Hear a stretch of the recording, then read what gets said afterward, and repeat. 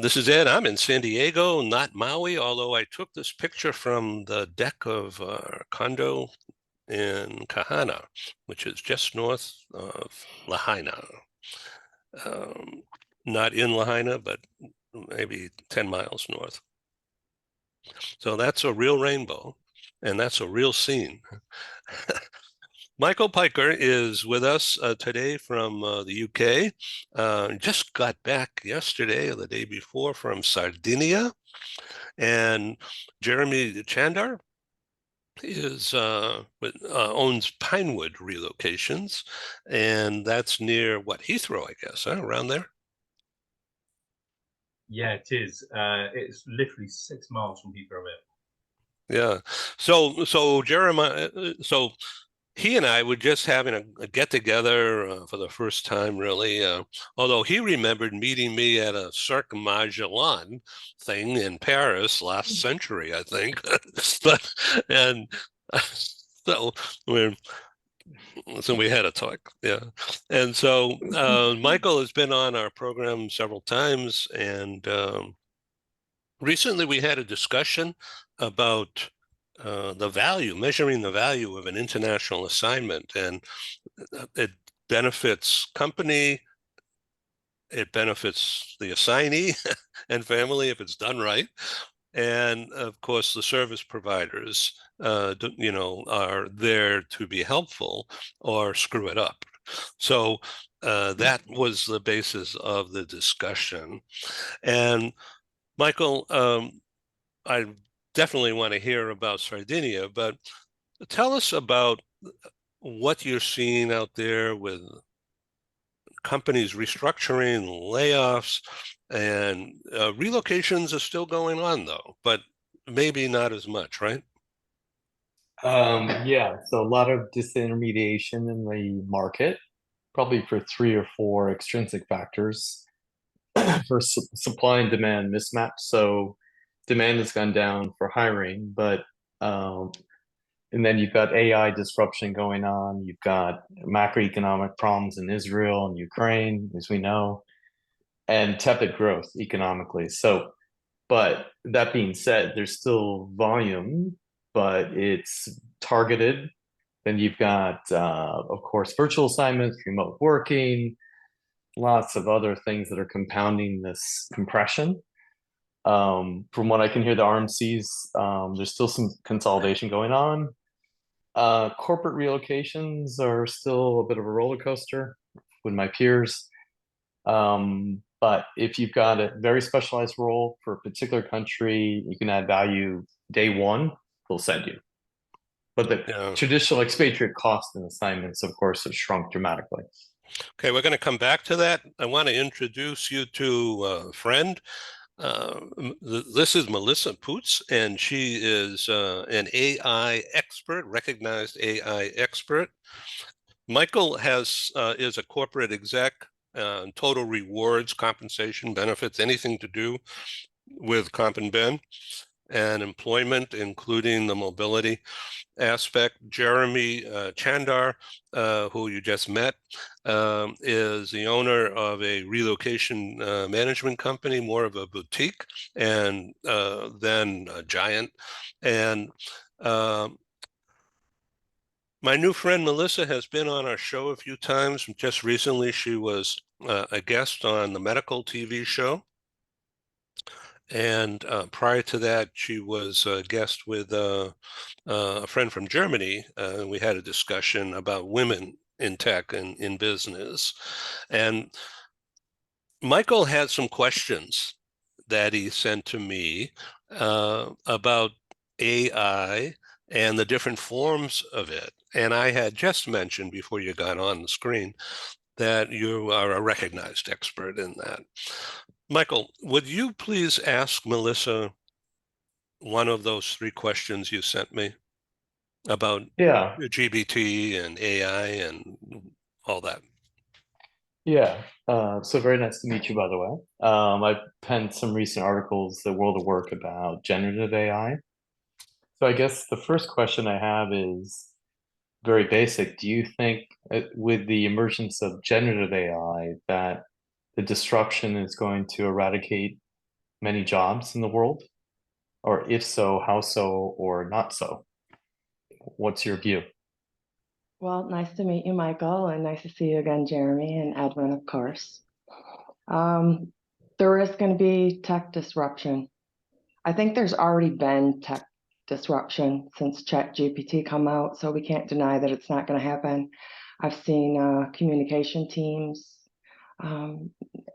eliminated, certain roles that could be taken over by ChatGPT. Companies have already eliminated some staffing on some layoffs. So I think it's here already. And as soon as everybody figures out how to use it, it's probably going to get worse. I think it may hurt marginalized communities the worst, and probably people that are lower income, taking out a lot of different, lower level jobs. I will say one thing that's funny though. So I started off my computer career as a computer programmer, a software engineer. And when this all come out, ChatGPT, as everybody knows, can create code. It can write code. So at first, initially, a lot of my software engineer friends were like, oh, it's going to take over the whole software engineer field. ChatGPT can write code. We're in trouble. But I go to OpenAI's website for careers, who makes ChatGPT, and their highest paid career there is a software engineer. So is ChatGPT going to take away the careers of software engineers if the company that creates it is hiring software engineers? It might just be a little bit of an illusion at what jobs it possibly could take. I think people are going to have to partner with AI. Right? We need the human touch of everything to keep life real. Yeah, that's building on your point. That's been my thrust is don't dissuade yourself from the change that's coming and embrace it and retool your toolkit. Otherwise, change will be thrust upon you before you know it. Building on that, so if you go from generative AI to tech tools that are built on AI, large language models. So in my world, Workday, AI is built into Workday, but then the new tech is you're actually building on AI from scratch. What's your view about the tech tools in the people space and how they're going to evolve?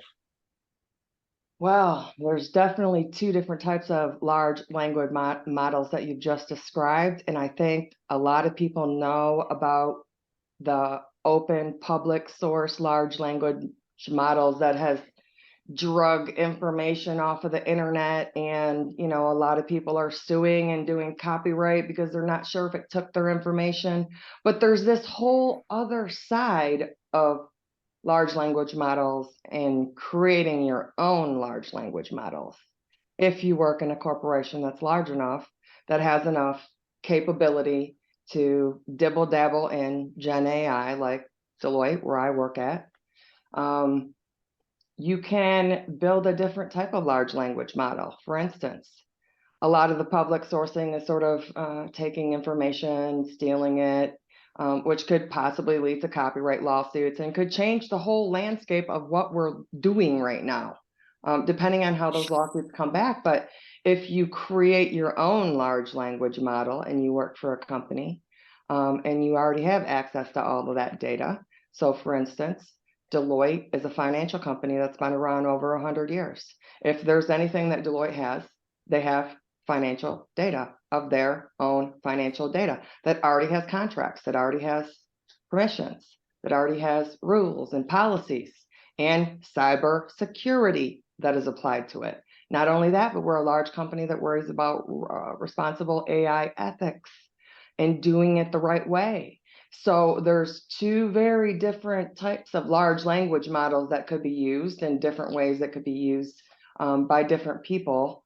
And then also biases come into it. You mentioned Workday. One thing that I am really excited about working on, and this might be one thing that I'm really excited the most about with AI, is automating HR processes to take out racism and take out sexism and ageism and all the other isms, I call them the isms, out of the hiring practices. possibly de-identifying resumes, so you don't know whether you know, if you're looking for an AI expert, I can guarantee a couple people are going to look over my resume and they're going to see my name at the top. They're going to see I'm a girl, and they're going to say, how does she really have experience as an AI expert? We're going to need her to prove herself first. But you didn't see my name on the top and you've seen my actual experience, that I have years of experience already in AI, you wouldn't doubt whether I know what I'm talking about. So there's certain ways that we can use AI to help in situations like that, I believe. That's a great example. So I'm at Flutter and I've got a D&I and reward global head of, and one of the initiatives, to your point, is in the ATS, is to destigmatize gender, if you will, bias, and to actually agnosticize the tools, so you don't look at name, gender, orientation, pure skills. And if you might surmise, is it true in the people space that recruiting is probably the biggest user and consumer of AI in terms of tech savviness, history, adoption, perhaps? I don't think so. I think people have been held back on going AI with HR because of the concerns about not doing it properly, and it could have disastrous effects. Now, I'm trying to remember what company did this. It was a big Silicon Valley tech company that used AI and automated their hiring process. And I'll tell you what they did. They were a 90-something% male population of a tech company who had been historically male, that wanted to automate that out. And by doing that, they thought they could take all of the resumes of everybody they hired for the last 10 years, because those resumes would contain the skills, right, of the people that they hired and have done well. And they created sort of their own database to read and learn off of. And what happened was 90% of those resumes were male. So the model learned to hire more males by reading their historical data of hiring all males. So Great if example. you don't keep that in mind when you're building the systems, and you don't have all types of people helping to build it, and you don't have women at the table to build it who are thinking about some things like this, and sometimes it's not even men's fault they don't think about that. It's because it's our perspective, right? It's a woman's perspective. And that's why we need all the perspectives to come in at the, I would say, the table of ethics of AI. Yeah, this is absolutely in my wheelhouse. I have faced every day. It's a huge societal, intractable issue to solve. Is it true, though, building on your theme, that even coding, there's a higher preponderance of men coding, and there's this, I'm sure, I'm curious your view, is men code in a certain way, they have biases in a certain way, and then that transposes in the way the tech is actually deployed, which reinforces this whole ecosystem of ideation, right? Me versus them. Is that true? All the way from the start of it. That's why it's so important. Let's even turn a twist on that. Neurodiversity. Correct. Exactly. Neurodiversity. Great example. Neurodiversity. Let's take gender out of it even. Yes. Neurodiverse people learn, do, and sometimes can act differently because of they're neurodiverse, right? I have a daughter with dyslexia and ADHD. Correct. The way I learn and the way she learns is completely different. So the way their products need to interact need to be completely different. And if you build one thing for one type of person, it's going to be great for that one type of person. But if you are building it for everybody, then think about the value over that. Becomes existential. 100%. Ed, do you want to chime in? I don't know what to say.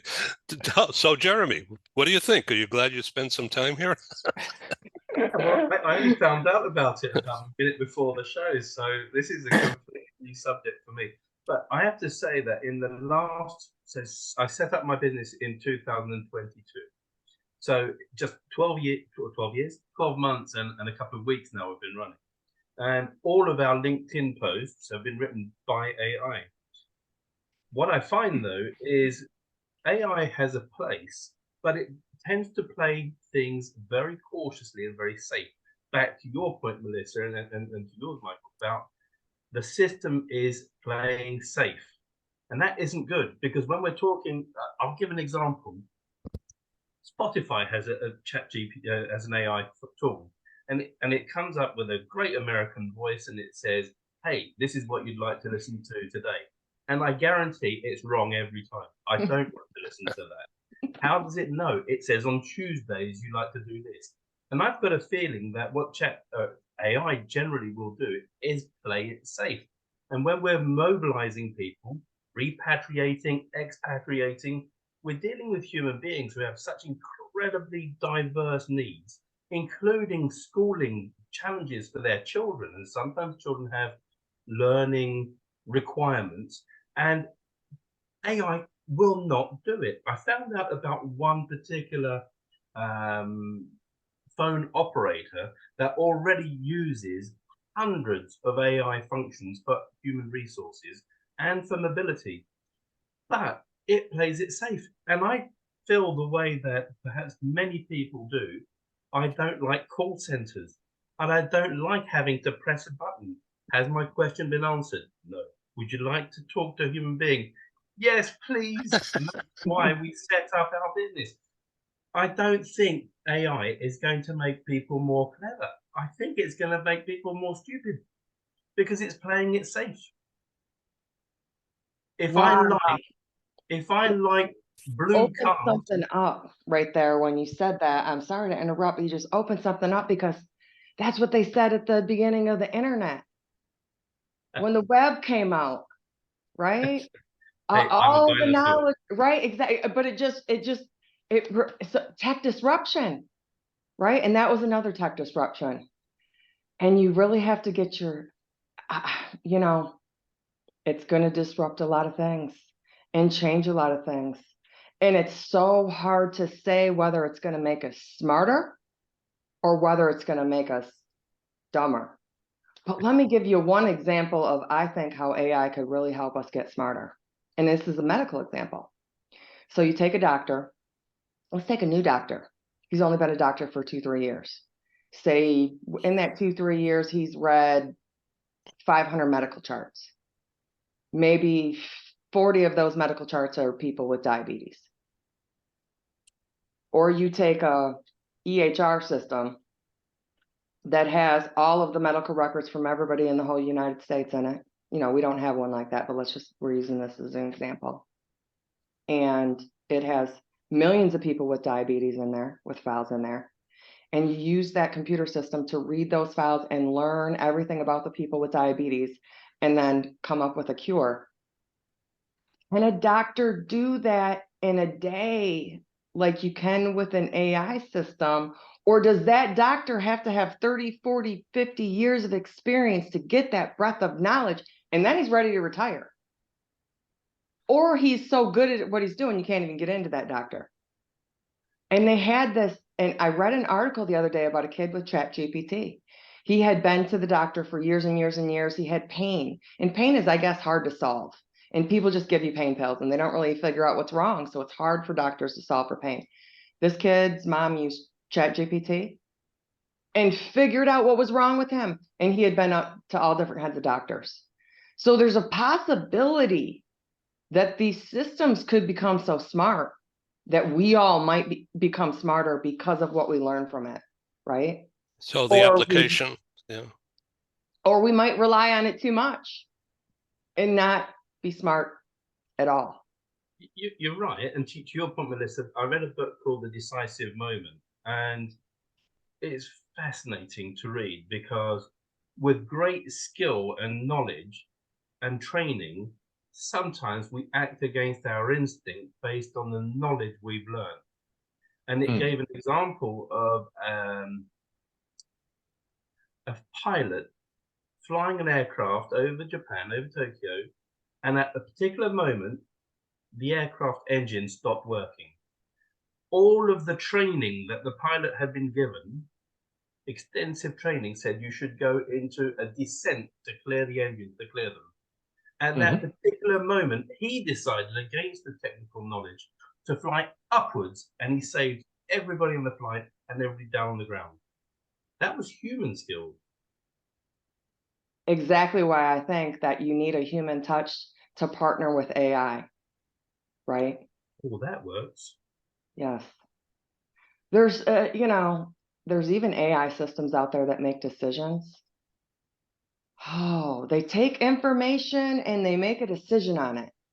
And I feel like that's the human part of it. I feel like the decision-making process should be left up to humans. So that's one area that I don't know if it crosses the line.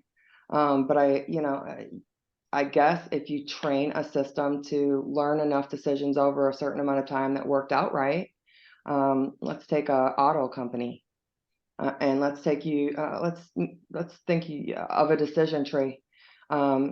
You chart out every decision the company's ever made since it started, and whether that decision led to them making more money or not. And then you learn from every decision the company's ever made. And then you learn exactly what decisions to make going forward that are going to make you money, that have worked out. Now, okay, that might have worked in 1995 with the economy then, right? And just because that decision worked then, I don't think it could work in this economy. So that's where the human comes in, where just because the computer says it might work, there's environmental reasons and other reasons that play into it that need a human involvement, I believe. So what about layoffs in a big company? Would you trust a machine to determine who's going to get laid off? Not just the machine, but machines are actually making the tendering notices. So being very candid. So Google, Amazon, the big layoffs the last 6-12 months were done by machine. I have friends that were 3 a.m., got the email, no human intervention, got their pack. They took away their building pass, took away their laptop, no human. That was pretty brutal. That there was probably a human judgment on who, when, and why, but the actual application of the layoff is done by machines. I'm not sure that's necessarily the right outcome, I'll be honest. I got another question that's a corollary to this is ChatGPT is first gen AI, as we know. So GPT-4 is second gen AI.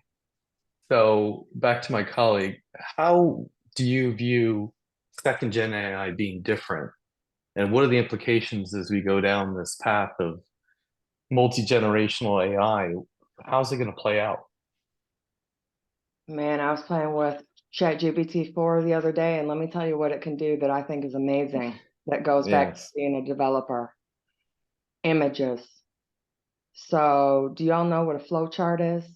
Basically, circles, squares, you start from input, you go to output, and you write a complete flow chart in pictures, right? Right. This goes back to neurodiverse people too, right? There's a lot of people that learn visually, right? Correct.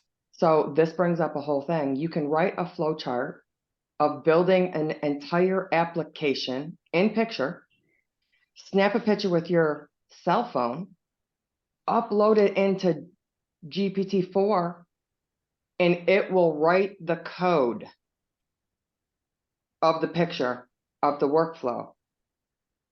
That one blew my mind because that's taking something that's an image, Yeah.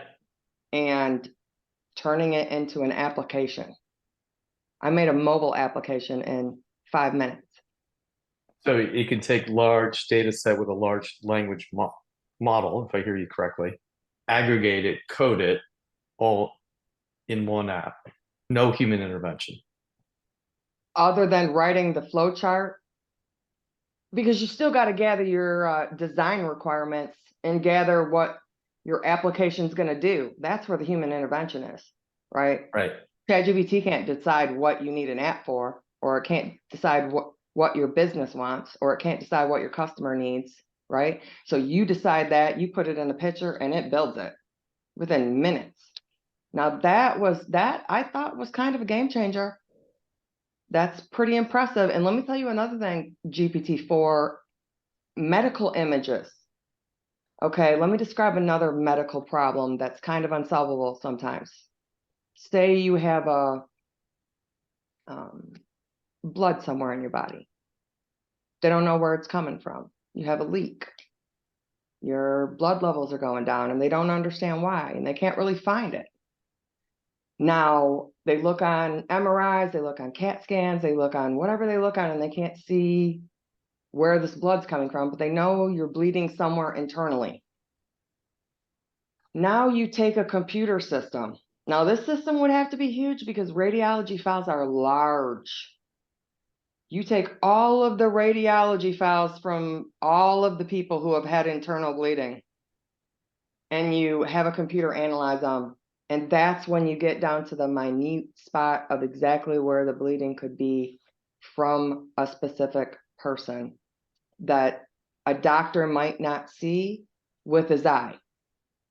But what a computer can go down to pixelations and see. And you're just talking about the difference between vision. A computer vision is way more amplified than a person and what they can see. So just the thought of that blows my mind a little bit too. So Okay, I want to bring you back to the medical. Okay, you were on the show that I produced last month with the National Stem Cell president and the doctors and the space gal from Axiom Space. Mm-hmm. All right, and they're building the space station, the new one, and they're going to do stem cell research in the space station because of zero gravity. So with that in mind, and with the idea of Parkinson's or dementia or Alzheimer's, when they're trying to figure out the molecules, what to do with them and how to make them go in and not be rejected by the human system, is that going to happen? I don't even know what I'm saying, but I'm just putting words together here. Now, let me say that our friend Jeremy's dad recently passed, and he had Parkinson's, just to bring this full circle. Thank you. Well, let me tell you, Edwin, one thing that I was super happy about hearing with the medical research that's being done on the International Space Station. So I'm not sure if everybody knows, but when you go up in space, say you're in space for a year, your cells actually progress. I don't know the exact time, but it could be like 2 years. So every year you live in space is actually, it's like your cells have lived for 2. So the great thing about doing medical research in space is, say you need to test this, cellular for 10 years. In space, you only have to test it for 5. So it speeds up medical research double or whatever the implications are. And you can really find out cures that way a lot quicker. Whew. That's amazing. I didn't know that people would age in space differently, speed it up. Yeah, I can't remember their names now, but I used to, I'm a space geek too, Edwin. Well, there's the 2 brothers, the one brother. Yes. Remember? Twins. So NASA had twins at different times correct me if I'm wrong, on the space station. And then they did a linear analysis on their stem cells between the 2 and looked at the congruence or not of the 2 twins. That was fascinating. It was fascinating, and it changed their DNA. It was more fascinating. So, and they age differently, and all different types of things happen. So now they want to study all that, and that's some of the research that they're doing. That's pretty cool. And Jeremy, I'm very sorry to hear about your dad with Parkinson's, but that's one of the things that they're doing on the International Space Station is they are, doing research for stem cells and cell therapy, which is one of the, ways that they treat Parkinson's, cell therapy. Yeah, we need some research on that. It's a cruel disease. They're all cruel diseases, but it was terrible to watch him go down like that, and with no research or no seeming research or support. And during COVID, my mother had to deal with everything by herself with no support. So there's still a long way to go, but I'm so grateful that people are prepared to send themselves up into space and age. I'm happy staying down here. Thank you for doing this. Do you think legislation is required to restrict or amplify facets of AI to keep it within particular guardrails or not? I think it should have been done yesterday. I don't think you can leave completely ethical, moral, responsible policies up to the people that are making the money off of it.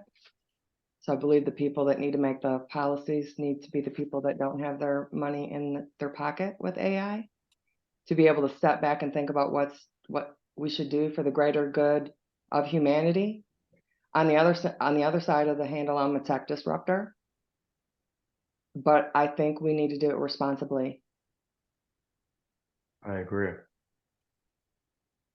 Congress is spreading to that issue as we speak, as we know.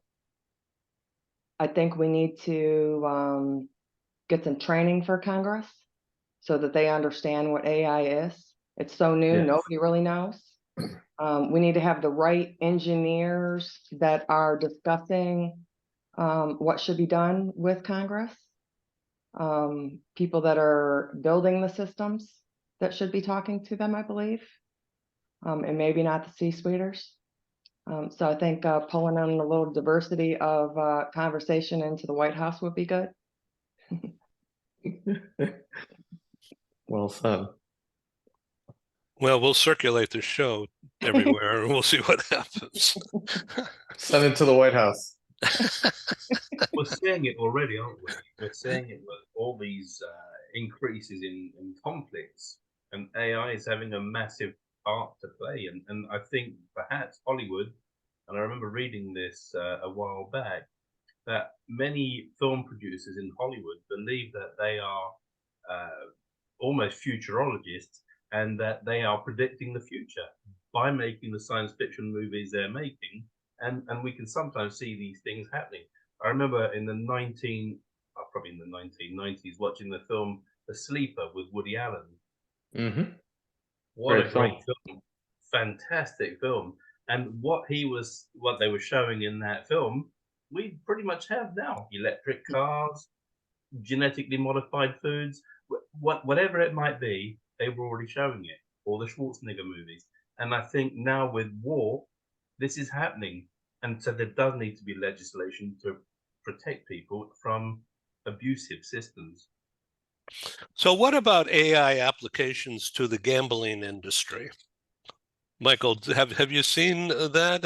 Have the casino police gotten into that? Yeah, I mean, FanDuel is our biggest asset in America, growing exponentially. So the biggest worry, of course, is safer gambling, that the person actually making the bet is the individual that with the right intent and with the right guardrails. So there could arguably be a place where guardrail disruption is inserted into the equation to make sure people don't overspend out of their pocket. You can cut across any industry vertical, but legislation, as my colleague said, is definitely required.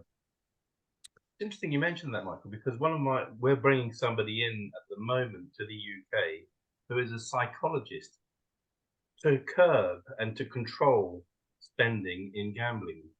And they're employed by a gambling organization, but they're not using AI to do this. They're using Interesting. human skills. Say it again. They're using human knowledge and skills and experience of that. Okay. Which But it perhaps still an works, by the overlay. way. Yeah. Yeah, old skill still works, as we know. But the application, if you think of multi-industry, like in your area, relocation, RMC, I mean, have you thought about where tech disruption with AI application in the RMC world can actually yield better goodness, swifter, faster, more efficient relocation.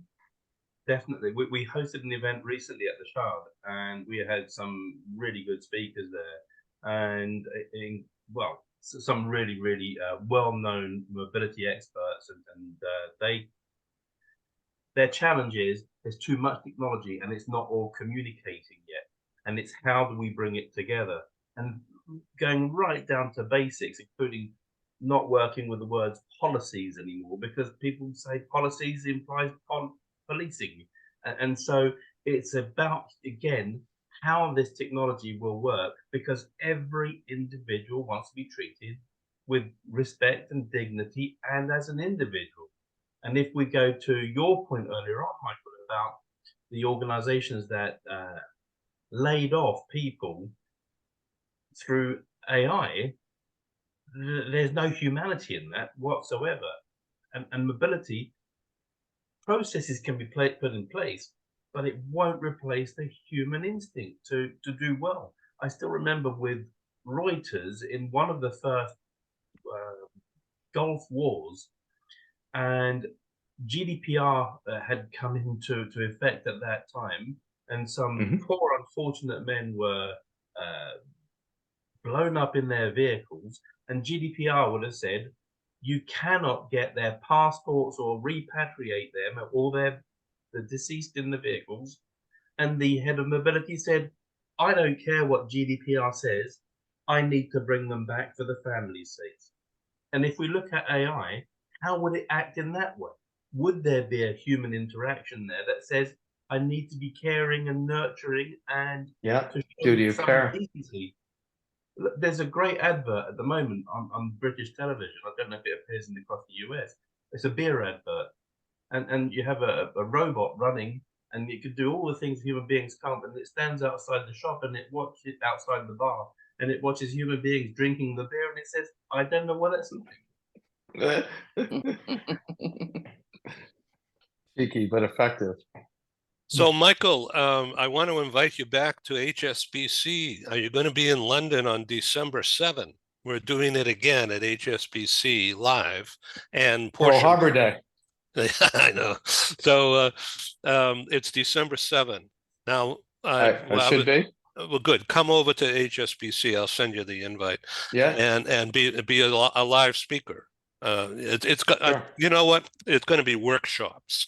And now, Melissa, unfortunately, I don't think you can make it over the pond, but you're going to join us virtually, right?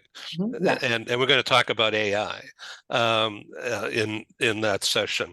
Now, all of the sessions, and I was just explaining this to Jeremy an hour ago, are going to be workshop oriented. There'll be some speeches, especially the bankers, but everything else is going to be discussion.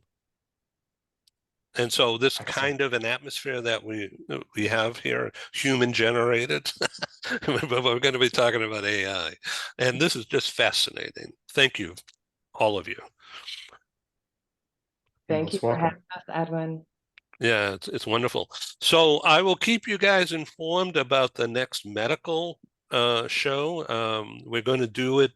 It's scheduled for early November, but maybe we'll move it up a week. I don't know yet. You know, the doctors are all really busy right now. So, you know, getting them, you know, takes time.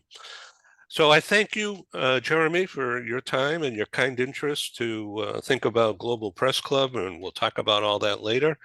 So Melissa, it's what I learned so much every time you're on the show. So, I'm not a tech, you know, I'm just trying to figure out how to get the voice to work. That's good though. That's good though. That means I can teach someone who's non-techie. Yeah, like I was on with Jeremy earlier and I couldn't get my damn microphone to work. So, Michael, what are you doing? Are you looking for a new job? I've got two things lined up in other parts of the world. So, ironically, I've moved 9 countries in 30 years. It's another country. Yeah, just another relo. Okay, so but December 7, Yeah, you'll be in Pearl London. Harbor Day. I'll be Yeah. there. Okay, good. All right. Thank you all. I'll send you the program in my afternoon today. Thank Cool. you so much. All right, have a Thank good you. day. Thank you. Bye-bye. Bye-bye. Thanks. Bye-bye.